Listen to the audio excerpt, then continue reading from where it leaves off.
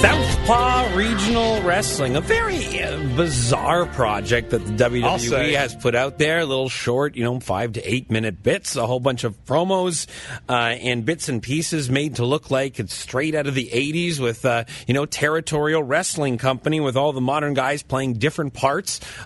This was an era that you probably grew up watching to a degree, Mouth, but you don't look too pleased. I did not. I think it looks like I'm in the minority, but I hated it. I absolutely hated it. I just thought... Hated it? Yes. Wow. I did. I thought it's if it's supposed to be parody or satire, I didn't feel it was that. I almost felt it was mean-spirited in parts. Mean-spirited? How? The portrayal of the guy. If that's supposed to be the guy, the drunk guy, is that supposed to be some rib on Gordon Soley because he drank all the time or something like that? He was one of the best broadcasters of all time. I don't think it's. I honestly did not see any humor. None of it made me laugh. None of it made me want. I watched all the 4 vignettes. None of it made me want to watch any more of it. None of it did I go, oh ha, that's funny, or that's a parody of that guy. It did nothing for me except make me angry. It didn't make me angry at all. I had a lot of... Well, before I go, John, what did you think? I enjoyed it. I thought they were fun shorts. I looked at it a lot. If you've followed, obviously... Tex Ferguson, that's a character that Luke Gallows has been doing. It was featured in, Wrestling Road Diaries as Sex Ferguson. Yeah. And it's very much... I feel like a lot of the guys...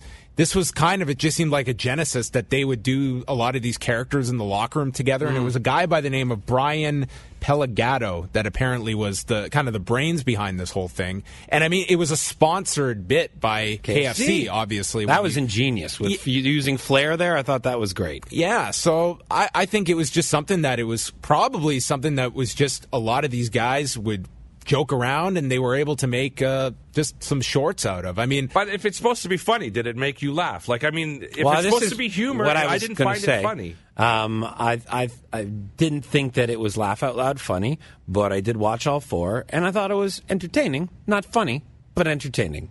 That's how I felt, and it was easy to digest. They were right there in 5 to 8 minute bits. I sat there, I watched them all. I think might have been the only redeeming factors that they were short bits. I honestly did not find anything funny about it. I really did not enjoy it at all. I think from the WWE's perspective, what they have here, it was a cult thing that connected with an audience of theirs that they don't always hit, and you have merchandise opportunities. Yes. You can put all these characters in your next video game. I think there's lots of things that they introduced here that just from a purely monetary standpoint, I think they hit on pretty well. It almost seemed to me just the same way that Vince treated, say, when Dusty came in and made him wear polka dots. I just thought it was a kind of a mean-spirited poke at something that, doesn't really need that. But it was reflective of what was back then.